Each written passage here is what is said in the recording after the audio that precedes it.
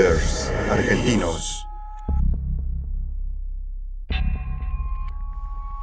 Episodio 9. Ricardo Luis Melogno, el asesino de taxistas.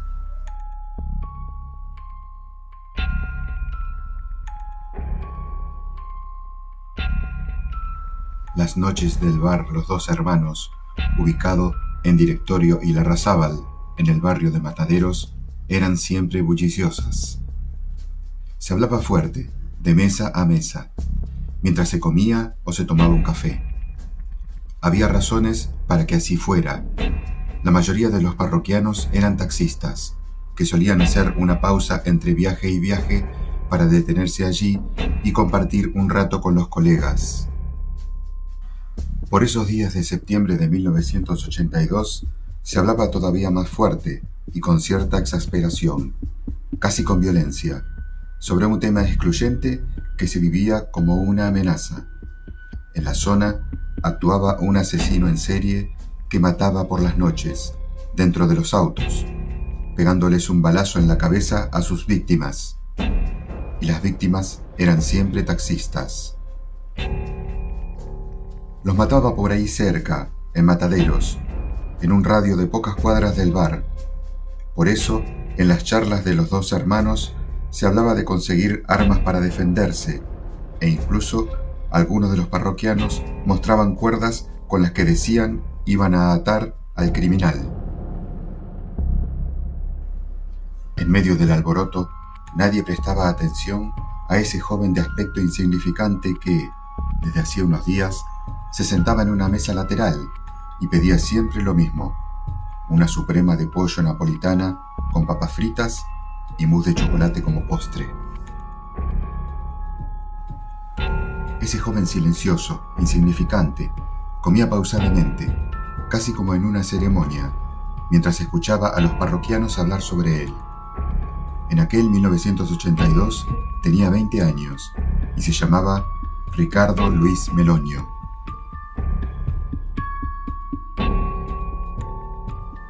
El matrimonio Melogno estaba separado. Tuvieron 3 hijos varones. La madre estaba ligada a cualquier religión o rito de moda. El padre era un zapatero conocido de Lomas del Mirador. Hacía unos años había puesto a su hijo Ricardo al frente de un almacén, pero él de pronto dejó todo y comenzó a vivir en la calle. Aunque de vez en cuando regresaba a un depósito de su padre ubicado en Paso 3142 de Lomas del Mirador, para bañarse y descansar.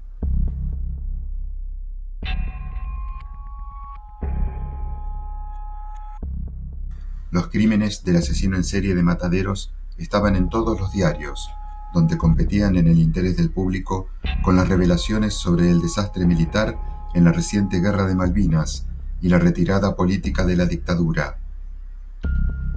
Los asesinatos se encadenaron en apenas 5 días, siempre con la misma escena fatal: un taxista muerto con una bala calibre 22 en la cabeza, en una calle oscura del barrio de Mataderos.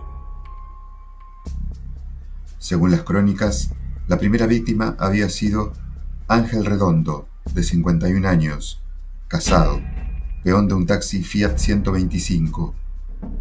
Lo encontraron la madrugada del 23 de septiembre con la cabeza apoyada sobre el volante del auto, estacionado en la calle Pola al 1500, a menos de 10 cuadras de Los Dos Hermanos. El segundo en morir fue Carlos Alberto Cauderano, de 33 años, conductor también de un taxi Fiat 125. Lo encontraron agonizando dentro del coche en Oliden al 1800, pero nada pudieron hacer por él. Murió antes de llegar al hospital, sin poder dar cuenta de lo que había pasado. La madrugada del 27 de septiembre fue fatal para el tercer blanco, del ya bautizado como el asesino de taxistas. Se llamaba Juan de la Santísima Trinidad Gálvez, era español, tenía 56 años y conducía un flamante Peugeot 504 de su propiedad. Lo encontraron muerto dentro del auto en la esquina de Basualdo y Tapalqué.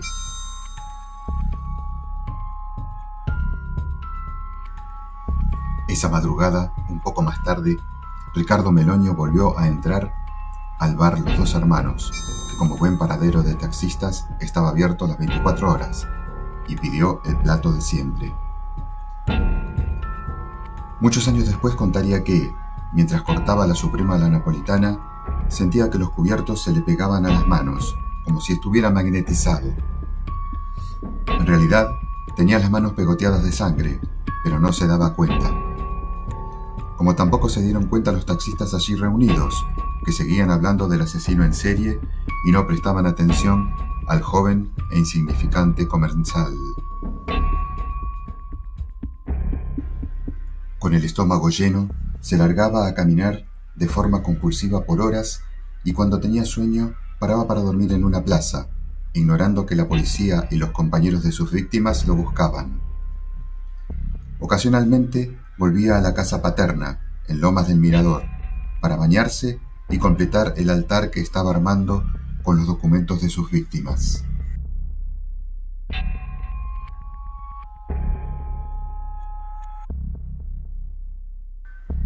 María Laura Quiñones Urquiza, diplomada en criminología y perfiladora criminal, quien trabajó con varias instituciones de seguridad, fiscalías y juzgados, explicó: No todos los asesinos guardan un trofeo de la víctima. Usualmente lo hacen para recordar aquellos momentos y aumentar su ego. Les recuerda ese momento en el que pudieron ser ellos mismos. A veces depende de qué es lo que se llevan. Pueden ser objetos que tienen que ver más con la vida de la víctima que con el ataque. Hay asesinos en serie que se llevan mechones de pelos, piezas anatómicas, ropa interior o algo que les conmemora el ataque en sí mismo. En el caso de Meloño, creo que era llevarse un objeto de la vida cotidiana de la víctima y no del ataque en sí mismo. Todos los asesinados por aquel joven de 20 años eran conductores de diferentes edades, y ninguno de ellos compartía algún rasgo característico que los uniera, salvo el hecho de ser taxistas y levantar, en la zona de Mataderos, al pasajero equivocado. Quiñones Urquiza continuó con su explicación. Esto de matar taxistas también representa un criterio simbólico. Elige a las víctimas por criterio simbólico, no por la facilidad de acercarse a ellas. Hay cuestiones que se las conoce como firma. Son aspectos ritualizados de los hechos y pueden tener que ver también con ejercer un control sobre sus actos.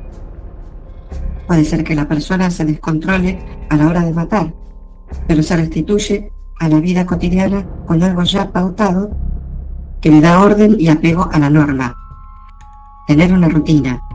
Él, en su propia esencia, se sale de la rutina matando, pero vuelve con un acto como el de ir a comer.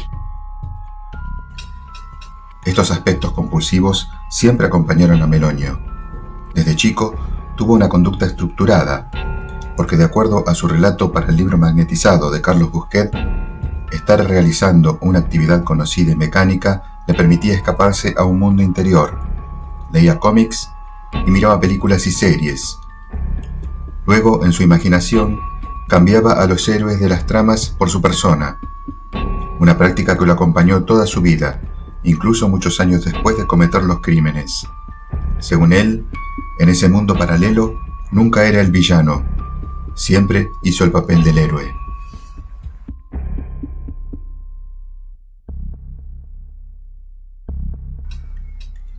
La policía no tenía pistas, pero no había dudas de que se trataba de un asesino en serie. Citando fuentes de la investigación, el diario La Prensa decía: En los 3 casos, los cuerpos quedaron en el interior de los vehículos, mostrando heridas de calibre 22 en la cabeza. Todos habían sido víctimas, a su vez, de robos, y en 2 casos, los taxis quedaron con las luces prendidas y en marcha, lo que motivó que los vecinos, a la hora de salir para sus trabajos, descubrieran los hechos. Esa primera versión no era del todo exacta. En todos los casos, la policía encontró que a las víctimas no les habían robado sus billeteras con la recaudación, aunque sí a todas les faltaban los documentos de identidad. En los 10 días que siguieron al asesinato de Juan de la Santísima Trinidad Gálvez, el asesino de taxistas se mantuvo inactivo, mientras los investigadores continuaban sin encontrar una sola pista. El 7 de octubre hubo otros 2 casos que, en un primer momento, se pensó que eran obra del mismo criminal. Primero fue el intento de asalto al taxista Miguel Reina, en Mataderos, por un hombre armado con un cuchillo. Horas después se registró otro caso. El chofer Roberto Baratini fue asaltado y herido de arma blanca por un pasajero que le robó la recaudación.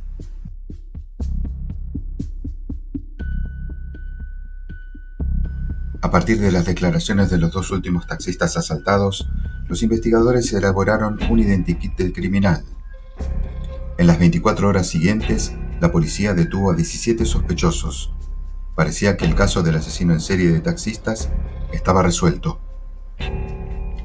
El 9 de octubre de 1982, un diario publicó: un total de 17 detenidos, cuya fisonomía en 2 casos coincide con el identikit elaborado sobre la base de declaraciones de testigos, es el resultado, hasta el momento, del vasto operativo policial que conmueve al barrio de Mataderos, escenario reciente de sangrientos atentados contra choferes de taxímetros, 3 de los cuales resultaron muertos y 1 herido con arma blanca.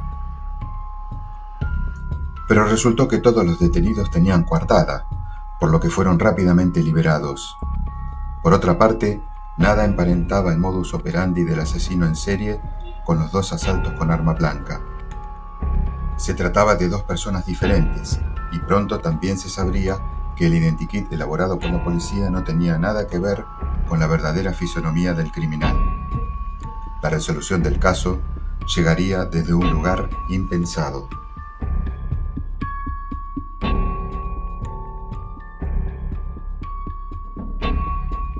Una semana después de las detenciones equivocadas, los investigadores seguían buscando a ciegas. El asesino de los taxistas no había vuelto a actuar y las pistas eran nulas.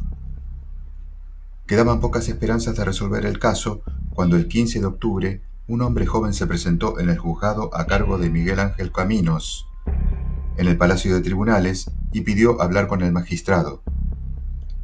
Lo atendió un secretario, que quedó atónito cuando lo escuchó decir que el asesino de los taxistas era su hermano Ricardo, que padecía de severos trastornos mentales y estaba medicado. No solo dijo eso, sino también dónde podían encontrarlo: en su propio departamento, en la calle Espinosa, 1869, segundo piso C, del barrio de La Paternal, donde lo habían dejado desayunando. Avisado por su secretario, el juez Caminos ordenó a la Comisaría Tercera de la Policía Federal que montara inmediatamente un operativo para detener al sospechoso. Poco después, los policías encabezados por el propio magistrado encontraron a Ricardo Luis Meloño en el living del departamento. Se entregó sin ofrecer resistencia, como si los estuviera esperando. El joven no se parecía en nada al criminal del identikit.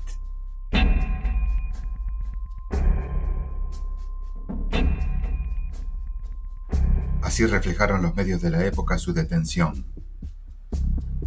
Clarín, 17 de octubre de 1982. Ricardo Luis Meloño fue interrogado a lo largo de 6 horas, durante las cuales confesó ampliamente los hechos y fue revisado por los médicos forenses. Durante la indagatoria se lo observó muy tranquilo, sin ponerse nervioso en ningún momento. Cuando se le preguntó por qué había cometido los crímenes, se negó a responder. La razón, 18 de octubre de 1982. Según testimonios recogidos, es un muchacho raro, con notorios disturbios psíquicos. Lo definieron como muy tímido y retraído, sin mayor relación con los vecinos, a los que prácticamente ignoraba, ni con los muchachos de su edad. Revista Gente, octubre de 1982. En su vida no parece haber datos precisos. Nadie sabe dónde están el padre y su hermano, como si se los hubiera tragado la tierra. No hay parientes que se muestren, ni nadie que pueda dar una foto de Ricardo Luis Meloño. ¿Dónde está la madre? Incógnita. Una más, que se suma a las tantas que impiden reconstruir la vida de un asesino de apenas 20 años.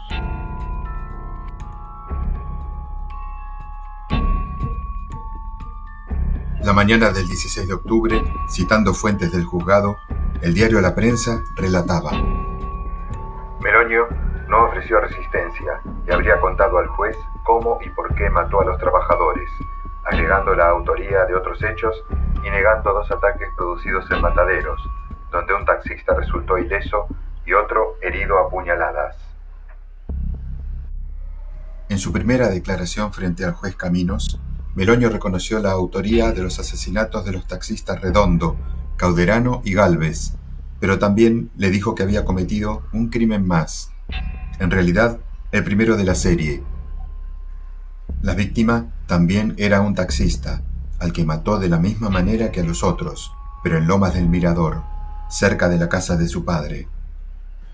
También le dijo al juez que después de matarlo, caminó alrededor de 5 cuadras hasta llegar al bar Los Dos Hermanos, en Mataderos, donde inauguró su ritual de comer una suprema napolitana con papas fritas y mousse de chocolate como postre, cosa que repetiría después de cada uno de sus crímenes. Esa misma tarde, Caminos ordenó el allanamiento de la casa del padre de Meloño, en la calle Paso 3142 de Lomas del Mirador, donde se encontró el revólver calibre 22 utilizado en los homicidios y los documentos de los 4 taxistas. Estos últimos papeles estaban alrededor de un altar con velas, donde el asesino los ponía, según dijo, para ahuyentar las almas de sus víctimas. Ricardo Luis Meloño fue a parar a la Unidad 20, la cárcel del Hospital Borda, y lo tuvieron allí hasta 2011, año en que lo trasladaron al penal de Ezeiza.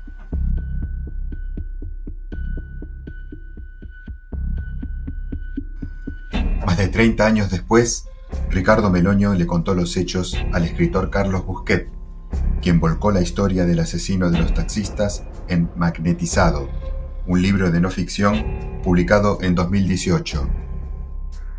No tengo ninguna sensación del momento de la muerte de los taxistas, pero recuerdo la satisfacción del después, de irme a comer una suprema a la napolitana con papas fritas y mousse de chocolate de postre, y me acuerdo que estaba riquísimo. El modo de matar de Meloño en ese raid de septiembre de 1982 fue el mismo en los 4 casos: un disparo a la cabeza a corta distancia, con un arma calibre 22 desde el asiento trasero del auto. Le dijo a Busquet: Previamente, me paraba por horas en una esquina de Mataderos y esperaba hasta que una sensación física como el hambre, pero al revés, me indicaba qué taxi debía tomar. El escritor, recientemente fallecido, logró un permiso del Juzgado de Ejecución Penal número 1 de Morón para entrevistar largamente a Meloño en el contexto de un proyecto terapéutico. Grabó más de 90 horas de charla que le sirvieron de base para su libro. Al presentar su trabajo, Busquet recordó: Eran sesiones de conversación que duraban alrededor de 4 horas. Iba cada 15 días, más o menos. Se fumaba mucho y se tomaba mucho mate. Por lo demás, fue una conversación en tono normal, sin mayor exotismo. ¿Cuál fue el motivo? ¿Por qué matar taxistas? Meloño le contestó a Busquet: El problema central, mi gran problema a nivel judicial, es la falta de motivo para mis hechos. Si yo hubiera dicho que maté para robar, estaría en libertad hace 15 años. O que lo hice por placer, habría una lógica. Pero no recuerdo ninguna causa o detonante. No hubo ningún antecedente previo. No tengo nada contra los taxistas. Nunca odié a los taxistas. Nunca me hicieron nada. Nadie de mi familia tuvo un problema con taxistas.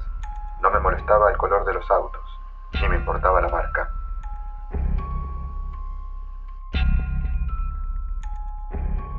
Recuerdo que fue la situación de que me fui a comer y se me pegaban los cubiertos con la sangre de la persona.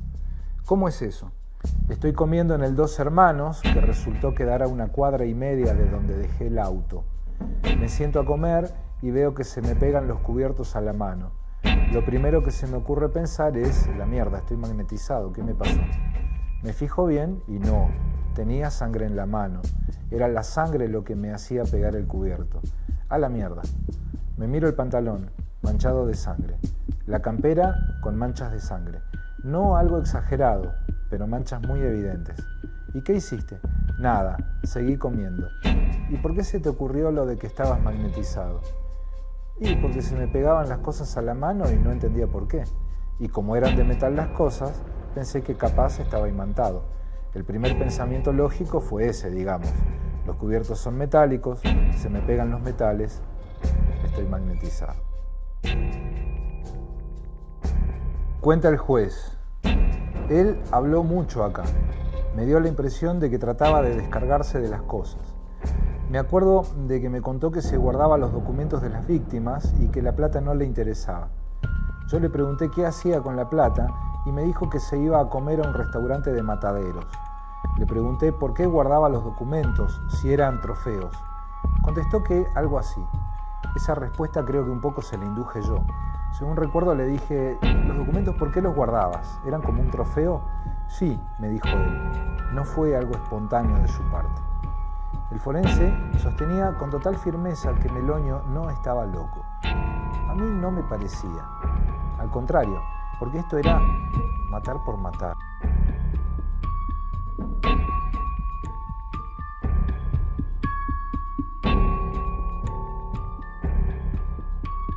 En esas charlas, Meloño le habló de su impulso de matar. Le dijo: A veces, ponele, ves un plato de comida y ver esa cosa te da hambre. Esto es al revés. Algo interno. Mediodía, te hace ruido la panza, sentís algo. ¿Qué es? Hambre. Esto era un poco lo mismo. Una sensación física. No tengo otra manera de explicarlo. Le habló también de una infancia desgraciada, de una madre que lo castigaba físicamente, de una temprana vocación por el espiritismo y del macabro ritual que realizaba después de matar. A través de Busquets se sabe ahora que ese ritual empezaba mucho antes de la cena en el bar de Mataderos. Meloño, salvo en su primer crimen, les indicaba a sus víctimas una dirección cercana a los dos hermanos y que, una vez que lo llevaban al lugar, cuando debía pagar el viaje, desenfundaba el arma y mataba al conductor,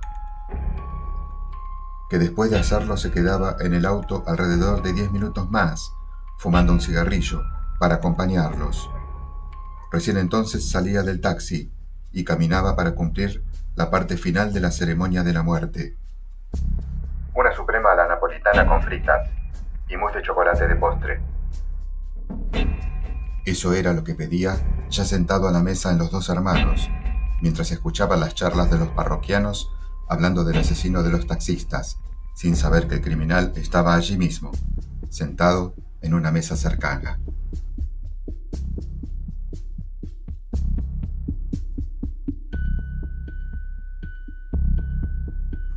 En 2013, cuando se cerró la causa penal por el asesinato de los taxistas y quedó el caso en el fuero civil, el área de salud mental de la Procuración Penitenciaria inició con la justicia una estrategia para el pasaje gradual de Ricardo Meloño del ámbito penitenciario al civil. 2 años después, en 2015, fue trasladado a una clínica psiquiátrica privada, donde probablemente pase el resto de sus días. Acompáñanos en nuestro próximo episodio de Los Archivos del Terror, muy pronto en este canal. Suscríbete para apoyarnos y para no perderte ninguno de nuestros videos. Muchas gracias.